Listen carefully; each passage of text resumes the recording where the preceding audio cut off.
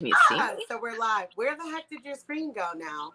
Hello. I was just gonna, since we're live, I was just gonna share it on Instagram, but That makes sense. um, Okay, so we're back.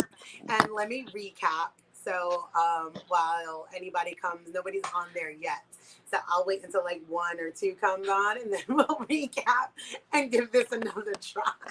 yes. Let me share it as well now. Yeah, I'll That get was on. insane. That was crazy.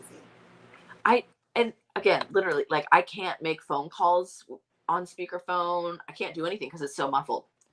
That is so weird. But now it's working, so go figure.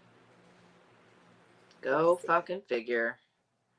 All right, well, there's one person, so there we go. Hey, We'll talk to hi you. people. Okay, so basically a recap was we were discussing that this month you're taking over the space inside of Mighty Networks because we have a 6-month healing group and intersectional ancestral healing. And this month we're going to be working on DNA patterning and discussing what, hi Laura, it's Laura back. She's so faithful. She loves me. She loves us. She loves the whole space. And Laura, share Well, it we too. love Like her. share it so other people can join. Um, and we're just kind of basically breaking down what DNA healing looks like. So I'm going to turn that space over to you so you could do that while I share on IG and try to get the followers, the Beautiful. viewers back while I also fix my camera because now I don't know why I'm not in it. I have to sit at a weird ass angle. Whatever. I'm so exhausted. So go ahead. So you had made some really good points, and um, I wish I could remember the last few things you said because they were so like right on the money. Just this is a practice, right? I don't know how long everybody's been on the feed, so I guess quick recap: epigenetics is the science behind it. I am not a scientist. I am somebody who appreciates when science connects spirituality, and that's very much what epigenetics does. In case you weren't there, epigenetics is like dust on the DNA. It's like the personality, the trauma, the experiences, the magnificence of our ancestors, and we can take those strengths and heal those weaknesses through doing shadow work, through processing your everyday stuff, and recalibrating, renewing, patterning, and all that jazz. So that's kind of like a really brief overview of what we chatted about. Um, we also talked about how the epigenetic like patterning can be seen through people who have been adopted. Um, and that's also always really cool when there's that corroboration, you know. I think Um, that that is absolutely magnificent, right? Because I think that when you have been through a system and you've been adopted or fostered, and while some people have wonderful experiences, there's still that loss of sense of right. self, right? Like, because like you said, like we mirror the things that we see around us. So we're gonna, my 2-year-old, like you see my hand right now, my 2-year-old, this is how my 2-year-old talks. She's 2.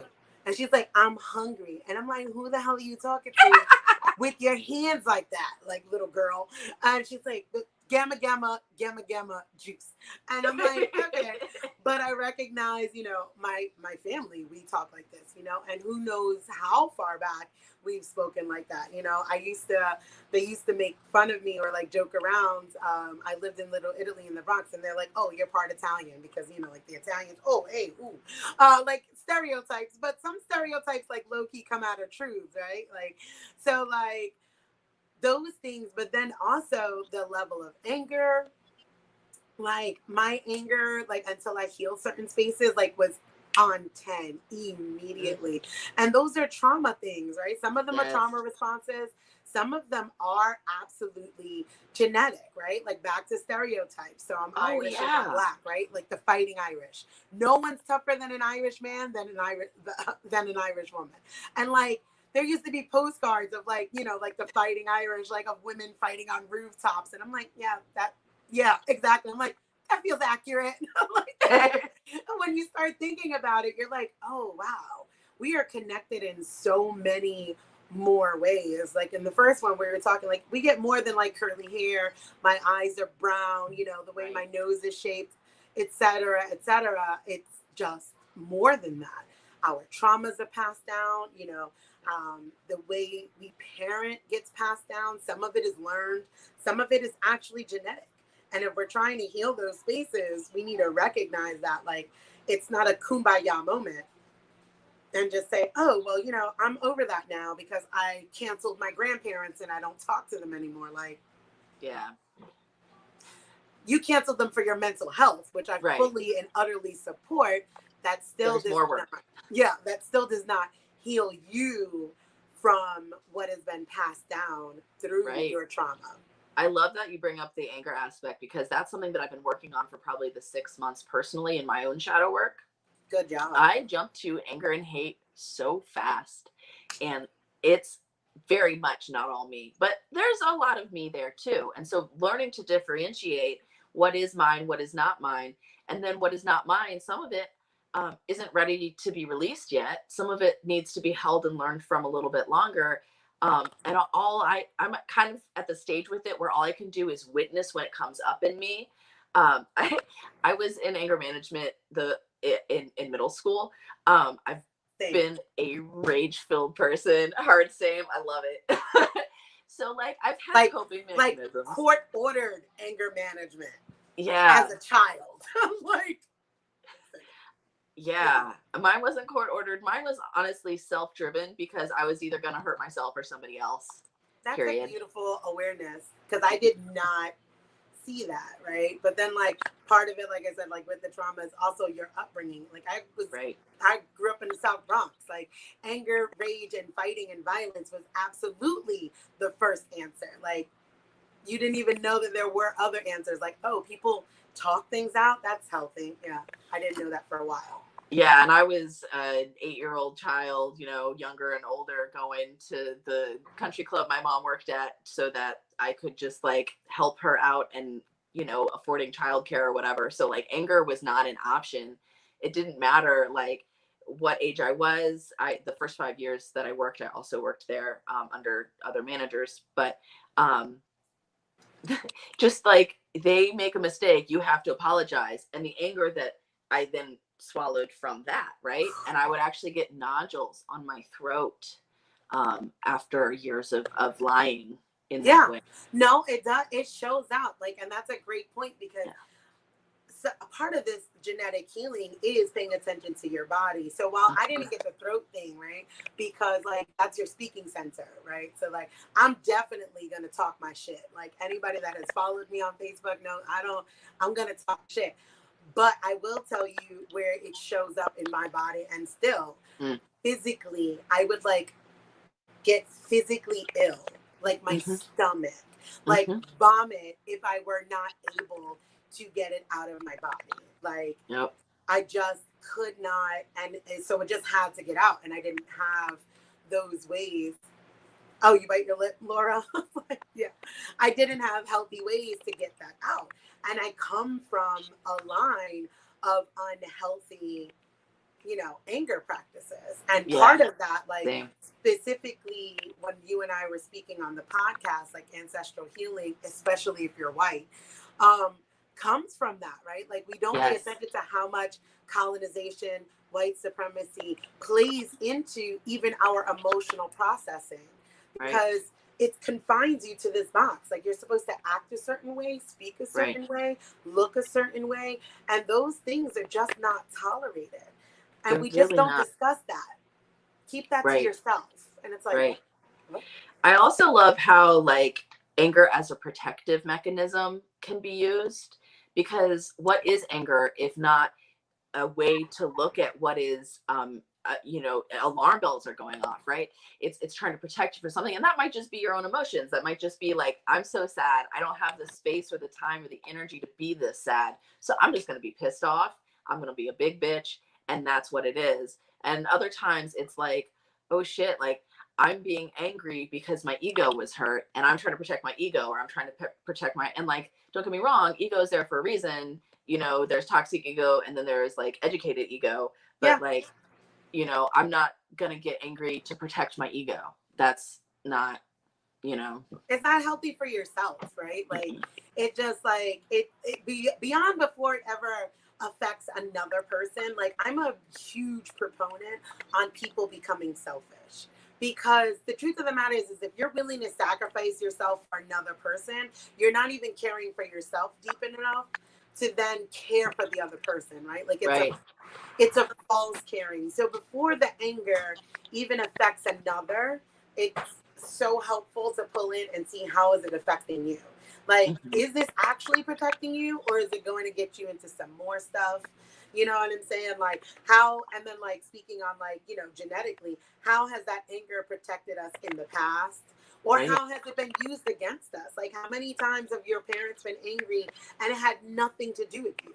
It had Yes. everything to do with their job, you know, their own personal shortcomings, their own traumas from their parents being Yep. angry with them, from, you know, so many things. Part of when I was doing my own ancestral healing, right? Like you hear your parents' stories. Like I Yep. know that my mom came from an abusive background, right? Like I know that this was, my grandmother was abusive. She drank a lot, she abused. And but when you get older and you start healing those spaces, I was like, okay. So I recognized, well, one, my grandma was an immigrant, and like there was no FaceTime, there was no texting, there was no nothing. So she left Ireland, she got here, she's like all alone in a whole new country. I mean, she had her husband or whatever, you know, she had 5 children, 3 only survived, may have been like 6, again, Mm. Irish, Catholic, no birth control, like all of these things. And these are all back to back kids, right? Like my mom is 58, my Aunt Deidre, 57, 56. My Aunt Mary, God rest her soul, she's like 55. Like these are the years that they were born, and the boys were like 53, 54. Mm. Her husband had MS and was in a wheelchair. They're Oof. living in the projects in Manhattan. So like I started really like, okay. So you can see even just like from the immediate space where this energy and this anger genetically was passed on, right? Because she just was Mm-hmm. in a constant state of anger. And but there's so much grief in that anger. And Did the she have the space validity of for that that? anger. Yeah. Did she even have the space for that, you know? Right. My mom, so you know, that got passed down. And then I think about my mom and her level of oppression in her own home. You know, Mm. she miscarried as well. Like she was like 7 months pregnant with my brother. Like these things that people do not get to process Mm-hmm. and that just stay living in their bodies. Yeah. So if it's living in your body, it's gonna alter some shit and it's gonna get passed down because it's there. It lives here. It's housed here. So it's gonna shift, right? Right. I should do that TikTok thing. I like that challenge. DNA trauma. I might actually do that when I can actually learn the dance. But like really honestly, it's literally that simple. What did Yeah. Laura say? Yep. Yeah, we did it. Yeah. It's 2021 and I have 4 children. So you go figure. And like legit, if I were younger when I married Mark or when we actually got together and figured out this is what we want to do, I probably would have like a shit ton more kids just like falling out of the door, honestly. Like it's ridiculous. Hello. But speaking back to you, like turning it over. So what do you think your month would look like in the space of like how do you have it set up for people to start doing that healing work, right? Like So I have kind of an outline of topics that I can jump to, but mostly I want to see where everybody is at. And frankly, I don't know where to start until I know where the group is. And if everybody is a newbie, that's very different than if everybody has been doing this for 15 years. And so, my outline is really just for me to be able to like span that um easily. Um, but mostly it's like, again, creating this foundation. So Capricorn sun, lots in the Capricorn realm. And the foundation for me is so important, and especially with this kind of being the beginning of these lessons, this is going to create an opportunity for people to be able to start witnessing themselves in life, so that next month when they're doing, everybody's, and I'm so excited to do this too, doing the child healing the child inner child thing. That will give you, like if people come in and they don't know how to ground, or people only use stones to ground, I will be offering multiple ways for people to try to ground. I know probably 150 different ways. It's like something will work for you. It might look incredibly different from anything you've ever pictured. But the point is the goal, right? That outcome. And so just even going into next month with a grounding and a solid month of daily, intentionally 3-5 times a day grounding, that will bring next month to such a whole deeper level. And all of this is that epigenetic healing, right? Because these patterns that we perpetuate, the ways that we have relationship with people, the ways that we interact with the world, that is how our epigenetics spreads, right? And things like anger spreads much faster, fear spreads much faster than like those joyful things, because people are still trying to survive. It's capitalism, and it's like everything is like survival mode keeps us constantly in that loop.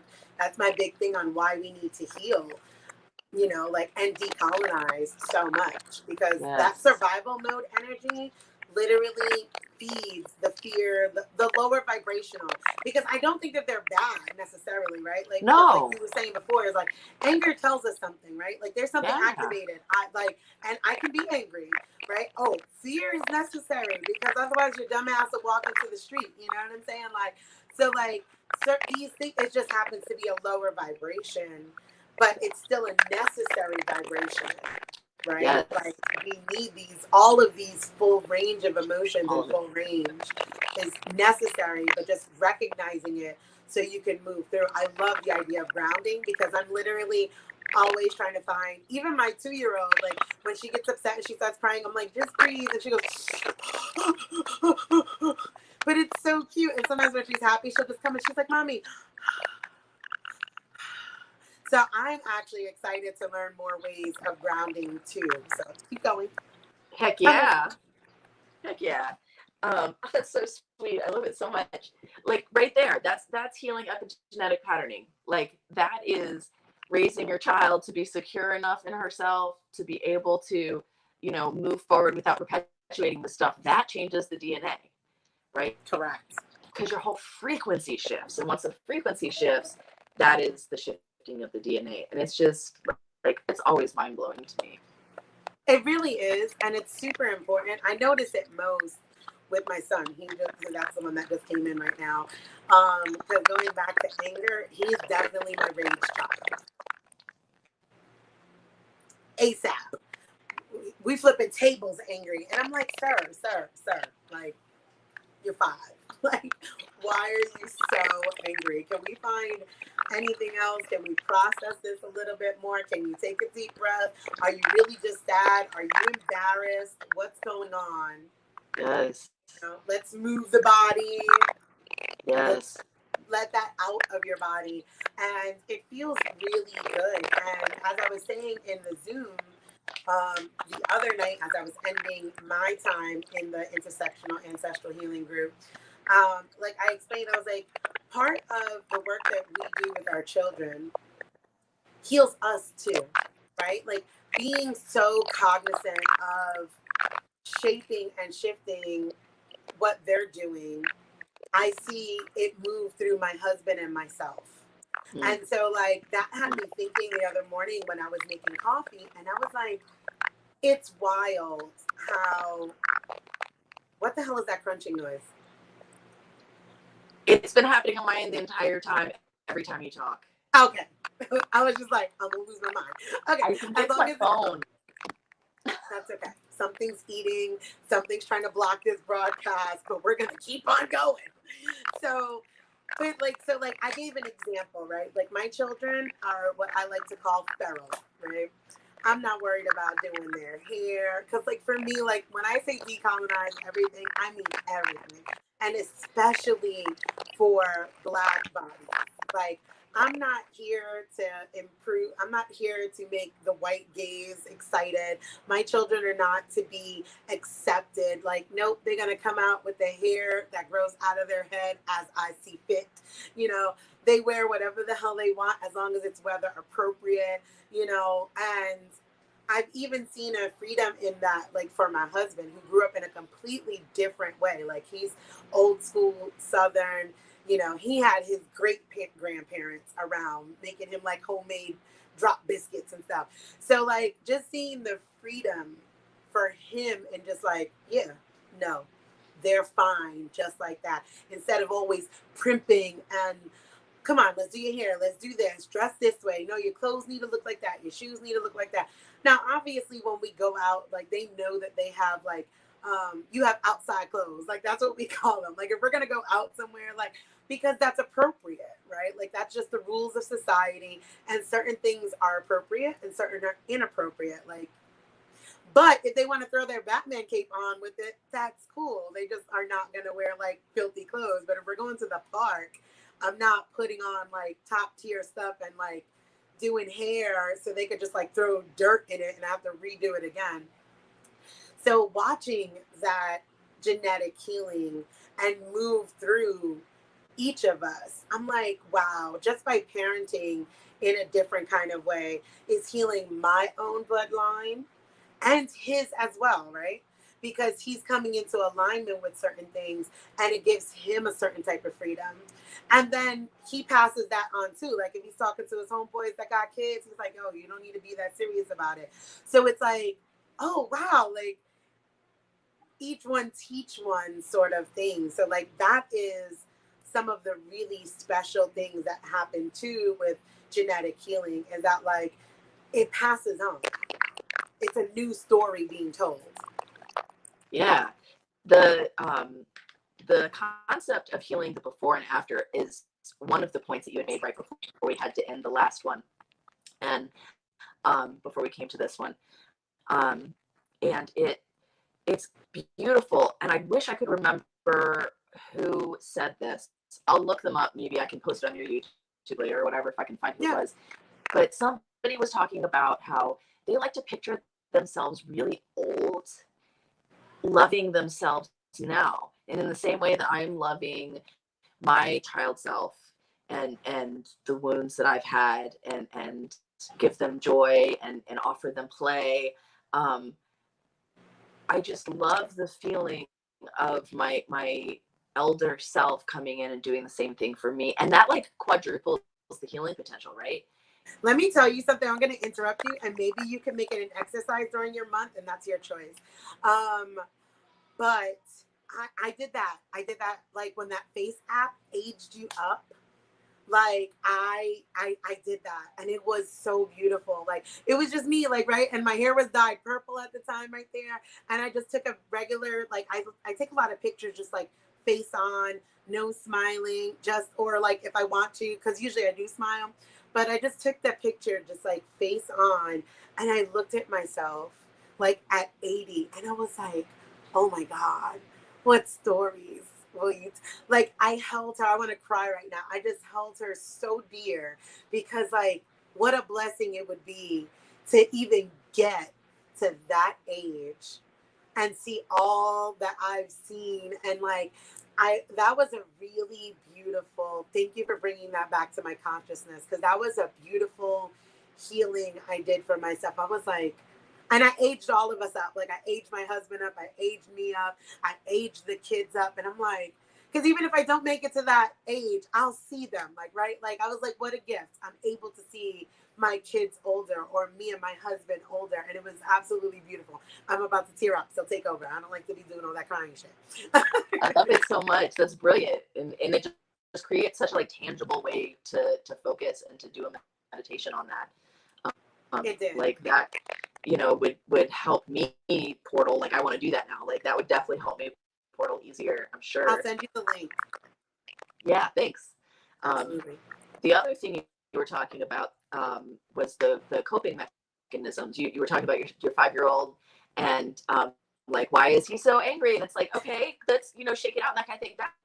That's another thing I'm absolutely going to be bringing this month, because I don't think we have enough coping mechanisms as a society. I think that inebriation is like the only one that's been acceptable. Promiscuity has been acceptable to an extent for certain people. I say that for men. I'm like, all we allow men to do is fucking fight. Right. Exactly. And so, like these different ways, like, or we give too much of ourselves to others, or, like we have all these really unhealthy, and again, there's no judgment for people who having been there without coping mechanisms, having been there, um, the mechanisms that work for different people, I might not even know what's gonna, but if I can help you find your own, like that's the goal, right? It's like there is no prerequisite to this. It's all about imagination. Like, how deeply can we imagine a new world? If we limit ourselves on that, we're really limiting the transformations. And we can only go as deep as we're prepared to go, which, to be fair, like when I'm going into a session with anybody, whether it's myself or somebody else, I really like to ask for wisdom in regards to that, because some of us, we just dive deep so fast that can also be harmful. Right. And it's like overextending your limbs. Yeah, take it slow. It's like I said, and the other one is like, that's why I wanted it to be 6 months. This is not like a road opening spell and like set up an altar and you're done. This is setting you up for a lifetime of healing. This is not a weekend workshop, right? Like the first month was like, let's decolonize some shit. Because like we can't jump to ancestral healing, but you don't understand why your ancestors acted this way.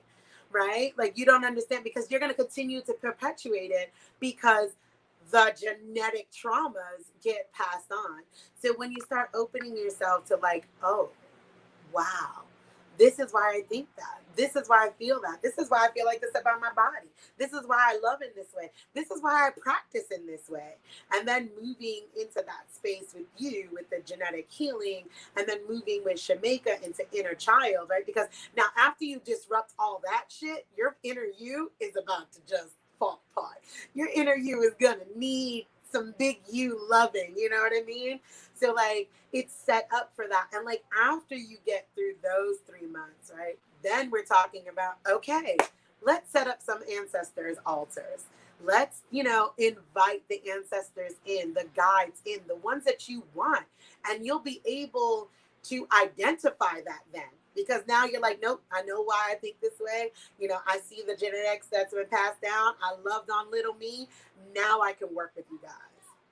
And then after you working with them, then you start getting into that, like those sound baths with Leah and Corey, and just like, okay, let's just heal all of these parts, right? That's shadow work. It's an integration. Oh, here goes my TikTok challenge again. It's the integration of all of those pieces and parts to get to your whole self. And then that last month is just celebrating it, sitting with it. So those grounding techniques that they'll learn with you is going to really come into play then, right? Like walking away from it like, okay.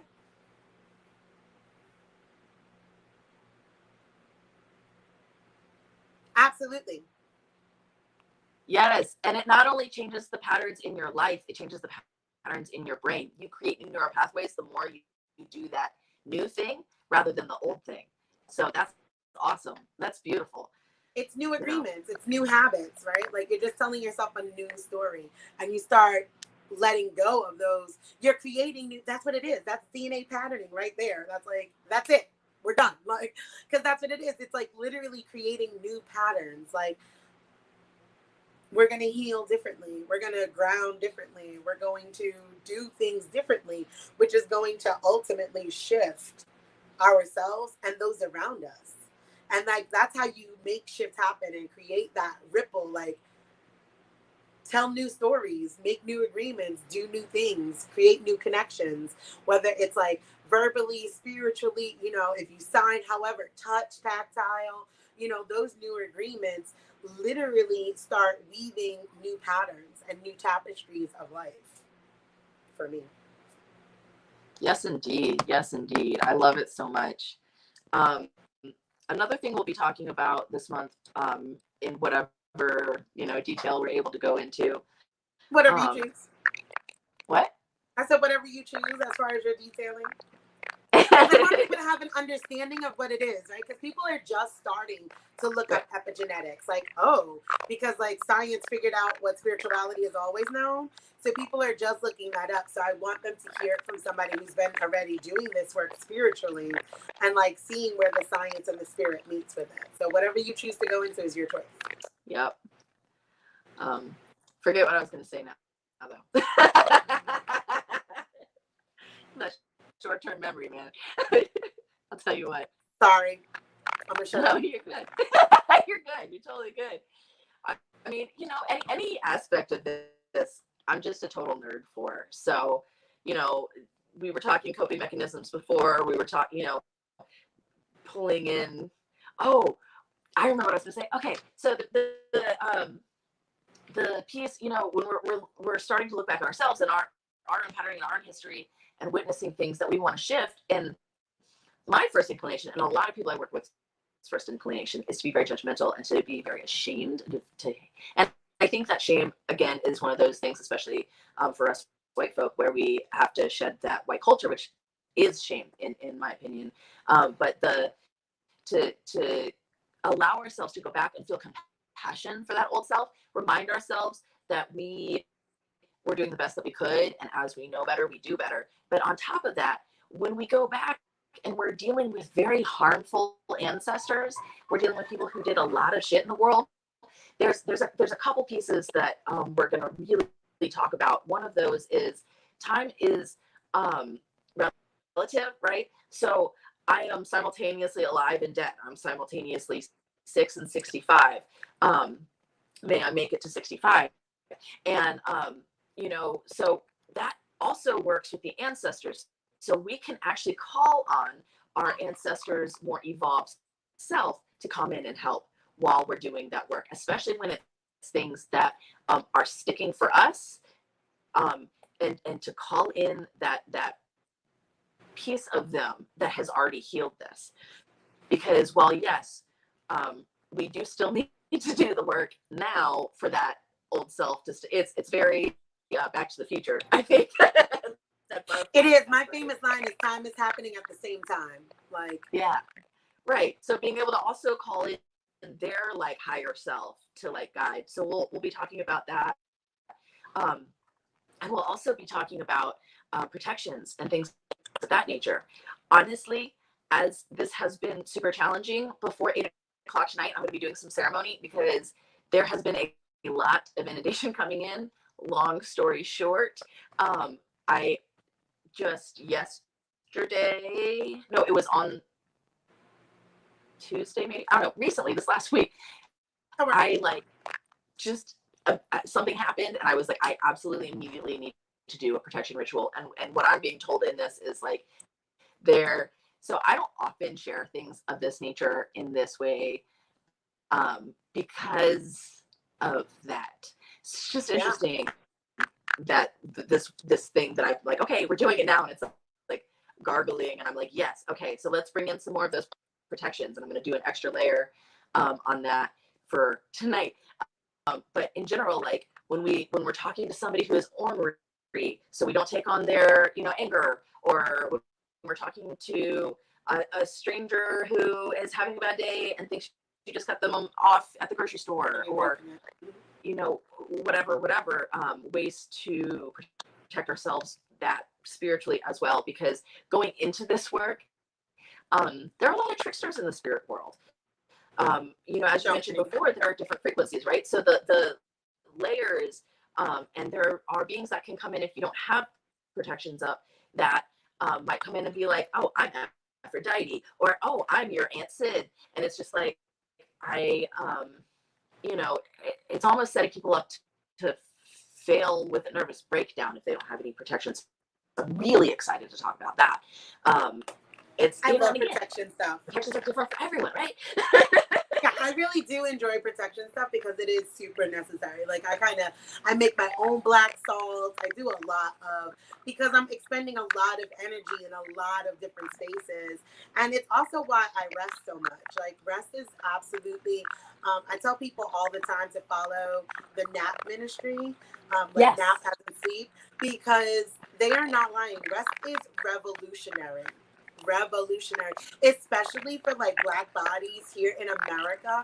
Like, and when we're talking about ancestral healing, like some of our ancestors' greatest fucking dream was just to rest, just You to take have a you fucking heard the break. new you know how there's this like inherited wealth and the black ancestors have worked so much that it's like inherited rest. And I do believe wholeheartedly and fully that if nothing else, we must get to a universal income for people that will cover I all agree. of their necessities so that that rest can occur, because it will take potentially generations to heal the abuse of generations, right? Of young generations. So it's like, Yes. Yeah. so Like, yes.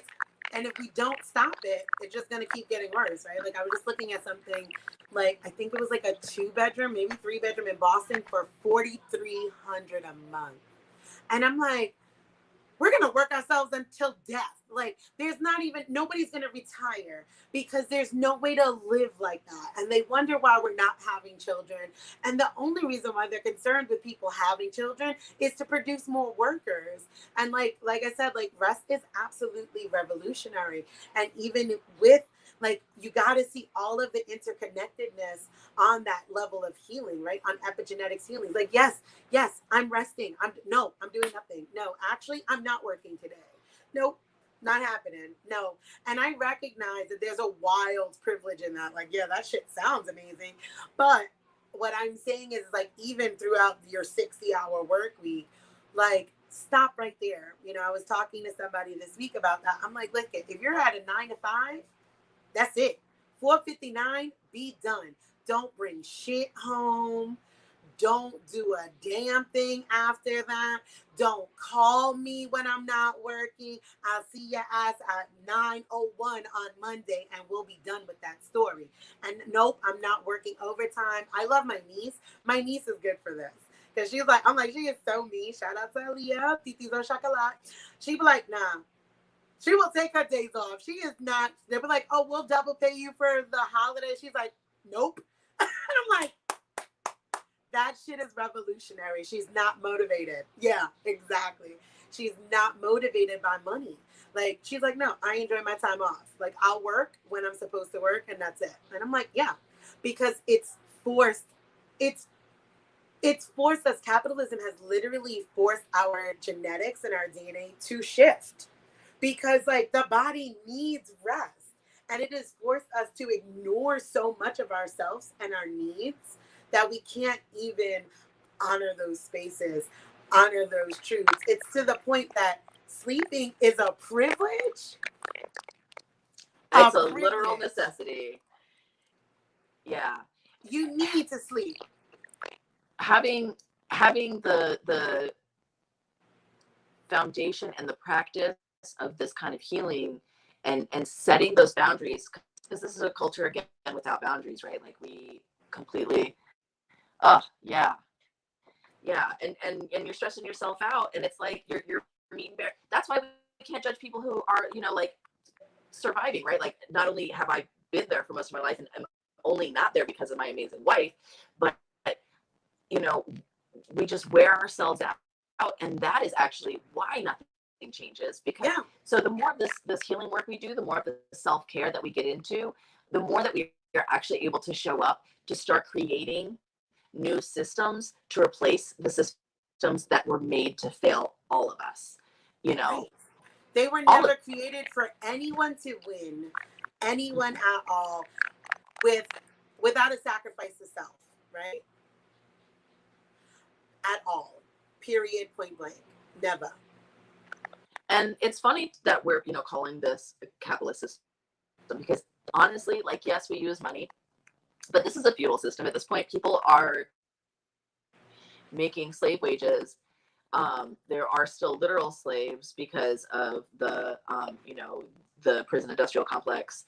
Down to it's weird to bring up Nazis again. I know, but like there are No, literally because groups it's on all Facebook where connected. people right. Well, people like literally rehome adoptees through Facebook, and all they need is a notarized piece of paper saying you now have this child. And it's like this literal trafficking of people. And it's every, and so for sometimes it can be overwhelming to be like this entire system, like literally every iota of it must shift. And so I think that's where we get a lot of apathy in life. I think that's where we get a lot of people who are like not willing to fight for anything because there's just no hope. And so my big thing is like, how do you look for and find the hope? How do you find the drive? I am in a place where my hope and drive ultimately is that other people can maybe feel hope, because I'm feeling a little hopeless right now. And you know what? I'm still doing the goddamn work. Why? Because I am willing to use this life because I am here right now to help this shift. I don't need the hope. Frankly, I'm shocked that I've made it to 33. I didn't expect to make it to the start of middle age, right? Let alone now I'm talking to my 84-year-old self. What? Like, but to be able to like step back and put ourselves on the line for these things. And what I mean by that is using our free time to do mutual aid acts, whether it's, using our revenue if we have something that's over, whatever, like just all these ways in which we can create, but the creation of the community is such a challenge. And that again is around no boundaries. Again, it's around no communication. You and I had a conversation earlier, and like I was sweating behind my ears about it because it's like, we talked about money. Oh no, like and that's, just this wild, pattern in the Yeah. greater, and so there's this macrocosm that we are also healing through healing of our microcosm, because we're no longer willing to take crap, right? We're no longer willing to like be abused. And we're saying, no, I have this boundary, period. Yes. Boundaries are so wonderful. And I'm going to start wrapping this up, but like, thank you so much. But like boundaries are necessary, right? Like they are like, and I think on my website somewhere, like I have like a free PDF, please download it. It's like 5 ways to create healthy boundaries, because it's necessary in your life, right? Because like, no, and you do feel good. Like, yeah, you were talking to me about money. You're supposed to. Like, like there was an agreement made. It should be honored. But it comes like the fear and the anxiety that comes up, right? Is that like even like going through that like DNA stuff is like, well, people were quiet about that. They didn't talk about money. Just hope that they do the right thing. Like, but we're not going to argue. Like, whatever they give us, like, it's that scarcity, right? Like, whatever they give us, we'll just take it. And like, okay, if the agreement changed, and it's like, for me, I try to shift all of that. Like, I'm a handshake person. Like, but like, I also like, I'm a handshake person, but like, it's why I also text, because those could be used legally. Like, nope, this is the agreement, this is their percentage, this is what, so people still feel that comfort, but still have that energy of like handshake, like kind of thing. And it shifts the energy while still like moving in this current system, but shifting it to something else, because we have to get out of scarcity. We have to heal epigenetically. We have to do these things to create that real shift, to make a different space. Like, because going along in this current system is not, it's not sustainable. It's like, that's what it is. It's like, it's just not sustainable. Like, period. So it's either this shit just blows up and we just all like wind up killing each other, because that scarcity energy is going to become so overwhelming when nobody has anything and everybody's kicking down doors for food and shelter, or we start working on making that very real shift that allows equity and liberation for everyone. And for me, this group in this space and learning all of these practices that you're bringing, the grounding, shifting energy, shifting the energy in real ways, speaking to your higher self, your future self, your past self, and moving through all of what we have to offer is so freaking necessary. It's not even funny. And I'm super glad that people are starting to pay attention to their spiritual healing, because that has been confined in America to only, Christian beliefs. And I'm like, They colonized Jesus too, homie. Like find a different way and a different path that resonates with self because it begins with you. The microcosm affects the macro. You know what I mean? But now you take it over. Yeah. And that silence, right? Again, so the one of the key core principles of white culture, right? And that's what leads to like led to the silent generation, which like my grandmother, had like 3 or 4 knee surgeries. She drove herself there. She drove herself home. She didn't tell anybody what she was doing. And then she put the pins on the wall when they came out again. And it's Yeah. just like, that isn't necessary. That's No. not necessary. But I'm gonna tell you how that trauma passes down. I gave birth to my son. I had an emergency C-section. I got up while because he had to go to the ICU just like because they just did, like because he was huge. And he wasn't nursing as much. And he was a little too lethargic for them. And I was like, great, I have a babysitter. Got up, left the hospital, and I had a cleaning company at the time. Went and cleaned an office, came back to the hospital. Didn't tell anybody. Yep. Now, does That your was scar unnecessary. hurt? Huh? Does your scar hurt these days? Yeah. But my thing is like that was so fucking unnecessary, right? So unnecessary. But that was like before I would allow help. Now I allow myself.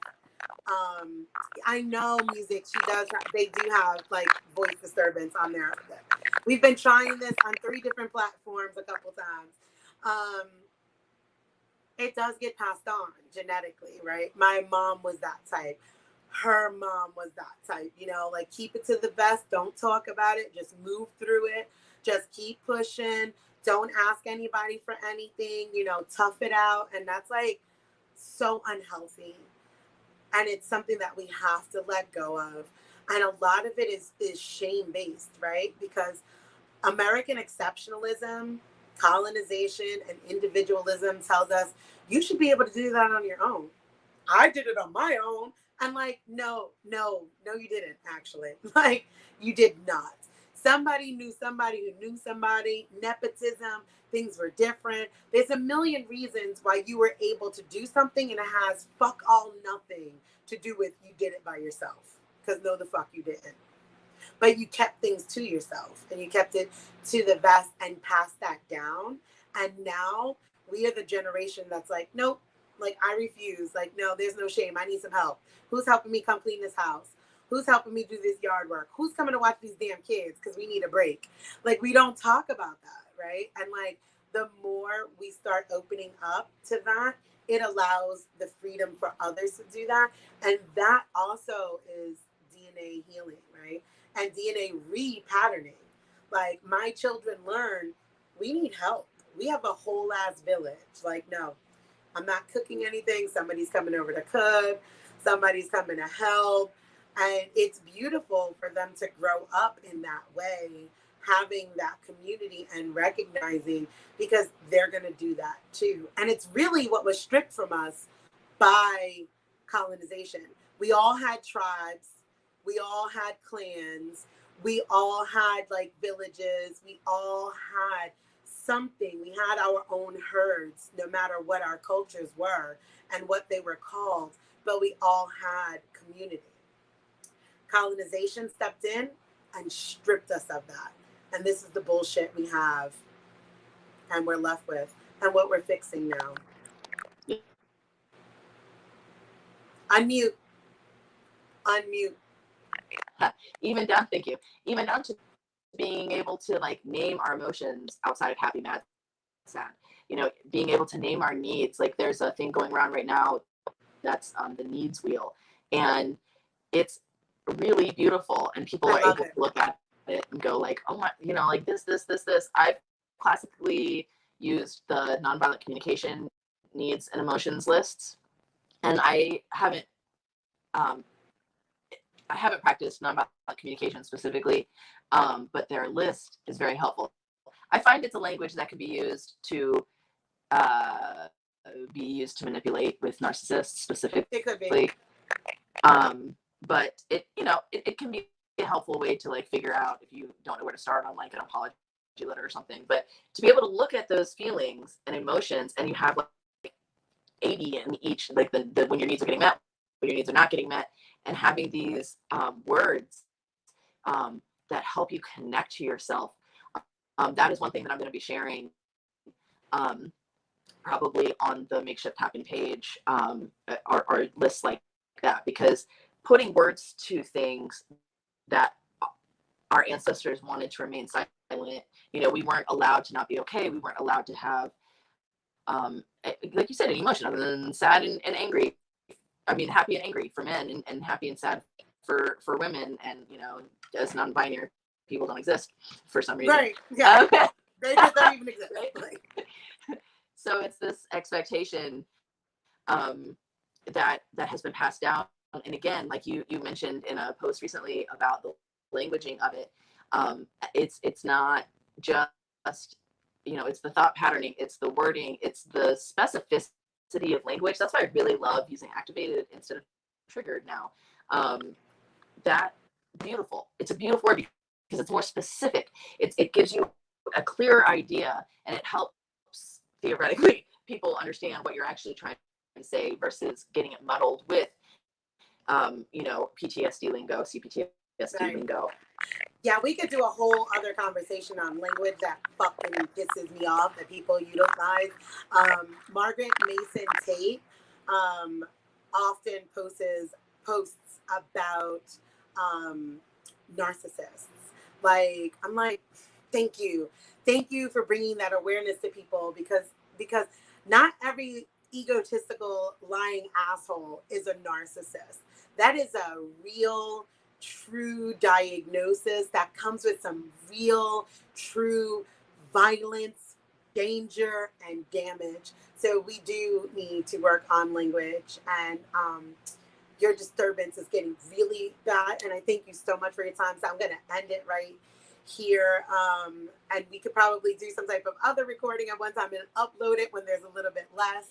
But yes, thank you. I hope whoever is watching or wants to join the space, the link will be attached to this, so you could join the group, right? Like, and get all of these tools and just all the energy. There's like so much of us in there, and we're so different. And I really just love the space and the community that we're creating to actually make shit happen.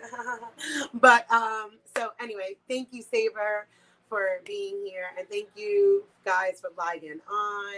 And we'll be back when time permits.